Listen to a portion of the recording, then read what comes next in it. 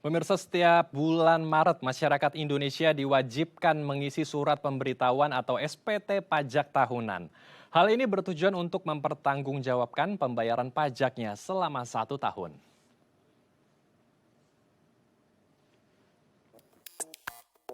Setiap bulan Maret, masyarakat Indonesia diwajibkan mengisi surat pemberitahuan atau SPT pajak tahunan. Beberapa di antara mereka dengan sukarela mencari tahu cara untuk mengisinya. Namun tidak sedikit juga ada yang kebingungan dan enggan melapor. SPT tahunan adalah surat yang digunakan wajib pajak atau semua warga negara yang memiliki nomor pokok wajib pajak NPWP untuk mempertanggungjawabkan perhitungan dan pembayaran pajaknya selama setahun terakhir. Kewajiban ini diatur dalam Undang-Undang Nomor 28 Tahun 2007 tentang Ketentuan Umum dan Tata Cara Perpajakan. Lalu bagaimana cara mengisi SPT dan pelayanannya yang benar? Berikut informasinya untuk Anda. Ya, untuk membahasnya kita telah terhubung langsung dengan Roberto Ritonga selaku penyuluh pajakan Wil DJP Jakarta Utara. Kita langsung sapa narasumber kita. Selamat siang Pak Robert, Assalamualaikum. Apa kabar di sana Pak? Selamat siang Mas Andrew, kabar luar biasa di sini. Semoga Mas Andrew dan tim juga kabarnya luar biasa di sana. Luar biasa, baik. Kita langsung saja membahas tentang bagaimana cara melapor SPT pajak dan mengapa sih Pak kita harus membayarnya setiap tahun. Mungkin masih banyak nih orang di luar sana, pemirsa di rumah yang bingung kenapa kita harus melapor SPT pajak wajib ya setiap tahun, Pak Robert. Ya, nah, ya, Mas Andrew, ini setiap orang yang sudah punya penghasilan di atas penghasilan tindak kena pajak dalam setiap masa, setiap bulan, pasti akan memiliki tambahan penghasilannya. Maksudnya dia dapat penghasilan setiap bulan, terus dia terima, dia konsumsi. Nah, untuk mempertanggungjawabkan atau mengkompilasi seluruh penghasilan yang dia terima dalam 1 tahun pajak, maka seorang wajib pajak tersebut harus menyampaikan SPT tahunan. Nah, SPT tahunan ini berguna selain melaporkan seluruh penghasilan yang dia terima, juga melaporkan harta hutang yang dia miliki selama 1 tahun pajak. Begitu, Mas Andrew. Oke, cara pelaporannya kan ada beberapa mekanisme ya, ada yang online dan juga offline langsung ke kantor pajaknya. Ini boleh diberikan juga Pak caranya agar masyarakat di rumah bisa teredukasi bagaimana sebetulnya cara melapor pajak kita tahunan. Ya, jadi untuk melaporkan pajak atau SPT tahunan itu ada beberapa cara ya. Para wajib pajak pertama sekali boleh langsung ke kantor pelayanan pajak di mana dia terdaftar. Ya, misalkan saya ini terdaftarnya di Medan. Nah, boleh melaporkannya di Medan pada saat saya lagi di Medan. Nah, yang kedua, yang paling sering sekarang kita galakkan, kita edukasi para wajib pajak adalah melalui online. Nah, online ini kan melalui e-filing. Nanti para wajib pajak boleh buka di browser, di HP, di laptopnya, DJP online. Sehingga bisa dilaporkan seluruh kewajibannya melalui aplikasi tersebut. Dan bisa di mana saja, kapan saja, 24 jam per hari, 7 hari seminggu, lewat aplikasi DJP online. Jadi bisa sambil santai, bisa sambil nongkrong, bisa sambil makan, nah bisa. Jadi itu tadi, ada boleh langsung atau melalui online. Atau yang ketiga bisa jadi mengirimkan via pos tercatat.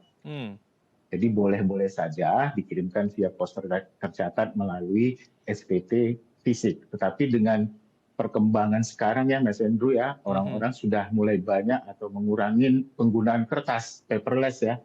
Sehingga lebih nyaman menggunakan DJP online. Begitu Mas Andrew.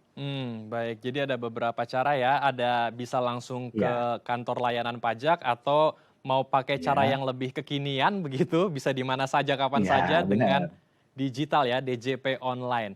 Kalau ada baik, betul. Kalau ada masyarakat kita yang kelupaan atau skip tidak melaporkan pajaknya beberapa bulan atau bahkan kelewat nih, Pak Robert, ada setahun mereka tidak melaporkan pajak. Apakah kira-kira ada sanksi untuk mereka nih, Pak?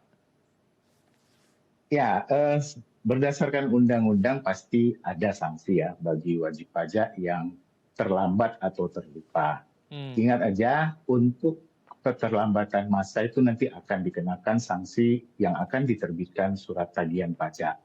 Kalau tahunan, nanti misalkan ini setelah 1 tahun pajak berjalan, misalkan 2023, penyampaian SPT ini kan nanti terakhir 3 bulan setelah berakhirnya tahun pajak. Artinya berakhirnya ini di tanggal 31 Maret 2024 ini. Nah, kalau ternyata juga ada sesuatu alasan dan segala macamnya, ternyata masih telat, nanti di bulan April barulah disampaikan, maka akan muncul sanksi administrasi yaitu keterlambatan sebesar Rp100.000 untuk wajib pajak orang pribadi. Begitu, Mas Hendrik. Baik, jadi ada. Dan kalau nanti nanti kan ada 2 nih, wajib pajak orang pribadi dan wajib pajak badan. Nah, kalau badan itu perusahaan, ada PT, firma, dan sejenisnya, penyampaian SPT tahunan itu dilakukan paling lambat 4 bulan setelah masa pajak atau tahun pajak berakhir. Jadi kalau tahun pajak 2023 untuk perusahaan maka akan berakhir di tanggal 30 April 2024 nanti. Jadi kalau belum juga disampaikan atau terlupa, maka di bulan Mei akan diterbitkan sanksi administrasi sebesar Rp1 juta per SPT tahunan. Begitu, Mas Andrew. Baik, jadi ada 2 jenis sanksi ya, sanksi pribadi dan juga sanksi badan perusahaan ya. Jadi ini bisa menjadi edukasi juga bagi masyarakat agar tidak telat untuk melaporkan pajaknya. Baik. Nah, ada juga warga yang masih kebingungan karena mereka sudah punya NPWP namun belum mendapatkan pekerjaan. Apakah orang dengan kriteria seperti ini dia juga harus melaporkan pajaknya atau ya tidak perlu, Pak Robert? Ya, Mas Andrew, ini sangat luar biasa nih pertanyaan ini. Ini yang kami terima selalu ya. Jadi teman-teman para wajib pajak, penyampaian SPT tahunan itu dilakukan karena teman-teman para wajib pajak, para kawan pajak sudah memiliki NPWP. Ya. Jadi ternyata dalam perjalanannya kawan pajak ini belum memiliki penghasilan ya, atau belum bekerja seperti itu. Apakah dia wajib menyampaikan SPT tahunan? Undang-undang mensyaratkan bahwa penyampaian SPT tahunan itu tetap wajib dilakukan. Tetapi karena kawan pajak belum memiliki penghasilan, maka penyampaian SPT tahunan dilakukan dengan nihil. Artinya seluruh pos-pos yang akan diisi dikosongkan, nihil, karena memang terbukti belum memiliki penghasilan sama sekali. Begitu, Mas Andrew. Boleh-boleh aja, silahkan. Jangan khawatir gitu. Baik, jadi ini apakah artinya orang wajib pajak di bawah PTKP penghasilan tidak kena pajak, apakah juga ya boleh untuk melapor atau boleh juga tidak melapor, Pak Robert? Dia harus tetap melaporkan, Mas Andrew, tetapi nanti pada saat dia akhir mengisi SPT tahunan, karena tadi ya penghasilan belum punya, pekerjaan juga belum punya, maka SPT yang disampaikan adalah nihil. Nihil ya. Nah, kemudian pada akhir penyampaian SPT, wajib pajak ini boleh meminta atau mengajukan permohonan non-efektif. Non-efektif karena memang dia belum memiliki penghasilan. Nah, saya perlu sampaikan nih Mas Andrew, bahwa sampai 31 Maret ini, seluruh unit kantor pajak di Indonesia ini sedang membuat semacam pelayanan yang lebih kepada para kawan pajak di lokasi-lokasi tertentu. Ya.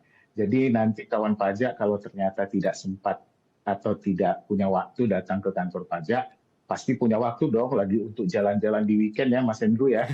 Nah di weekend ada nanti unit-unit kita yang membuka pojok pajak. Ya, pojok pajak. Silahkan nanti datang ke pojok pajak di mana kawan pajak berada. Di situ boleh nanti dimintakan petunjuknya bagaimana pelaporan SPT tahunan yang harus dia lakukan. Tapi ingat seperti tadi pertanyaan Mas Andrew, saya katakan juga bahwa pada saat kawan pajak belum memiliki penghasilan, jangan khawatir, laporkan saja SPT-nya dengan kategori nihil. Ya, jadi boleh nanti main-main ke lokasi pertokoan, mall di daerah mana kawan pajak berada, mudah-mudahan kantor kita membuka pojok pajak di sana. Gitu Mas Hendro. Baik, kita harapkan dengan adanya diskusi kita hari ini bisa mencerahkan pemirsa di rumah Iya, ya, agar bisa lebih tertib dengan iya, pajak karena itu juga tanggung jawab kita sebagai warga negara yang baik. Terima betul. kasih Pak Benar Robert sekali. telah bergabung dan berbagi informasi bersama kami di Halo Indonesia. Salam sehat Pak Robert. Salam sehat Mas Hendro, terima kasih. Pemirsa, sebuah wadah kurasi seni di kota Medan, Sumatera Utara mengadakan pameran gratis yang memamerkan 10 karya seni lukis dengan teknik digital drawing. Informasinya usai jeda di Halo Indonesia.